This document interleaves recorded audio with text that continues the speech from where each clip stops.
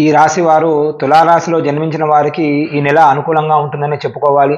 మీరు మీ జీవితంలో ముందుకు సాగడానికి అవకాశం మరియు విజయాలు మీ పాదాల వద్ద ఉంటుంది.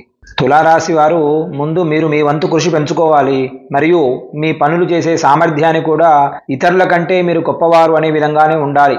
2024 ఈ మార్చి జాతక ప్రకారం అయితే కెరీర్ కోణం చాలా బాగుందనే చెప్పాలి.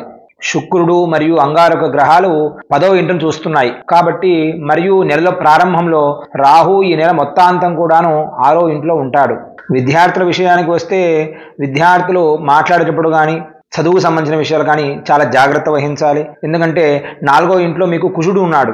కుజుడు మరియు శుక్రుడు 5వ ఇంట్లో సూర్యుడు, శని మరియు బుధ గ్రహాల ప్రభావం చేత మీ మేధస్సు అభివృద్ధికి హాని కలిగించే విధంగా కనబడుతుంది. జ్ఞాపకశక్తి కూడా పెరుగుతుంది.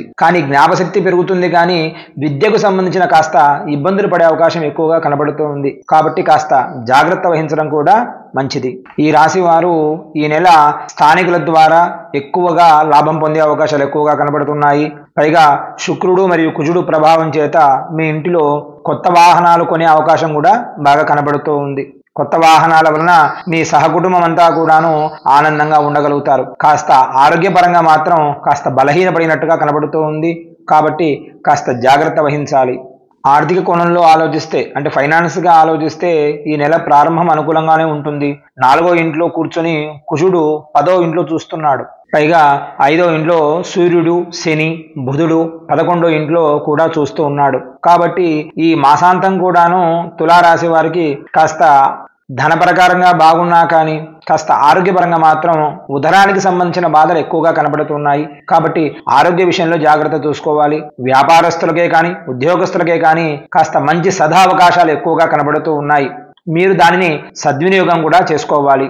అంతేకాకుండా ఈ రాశి వారు ఇంకా ఉన్నత స్థితి కలగాలి, ఆ అమ్మవారి అనుగ్రహం కలగాలి అనుకున్నప్పుడు లక్ష్మీ అమ్మవారి ఆరాధన చేయండి. లేదా లక్ష్మీ నరసింహ కరావలంబ స్తోత్రం అను పారాయణం ఉంటుంది. నరసింహస్వామి అమ్మవారు లక్ష్మీదేవి కలిసి ఉంటారు కాబట్టి మీ ఇంటిలో జయాలు కలుగుతాయి. కాబట్టి అవకాశం ఉన్నవారు లక్ష్మీ నరసింహస్వామి వారి దేవాలయాన్ని దర్శించండి.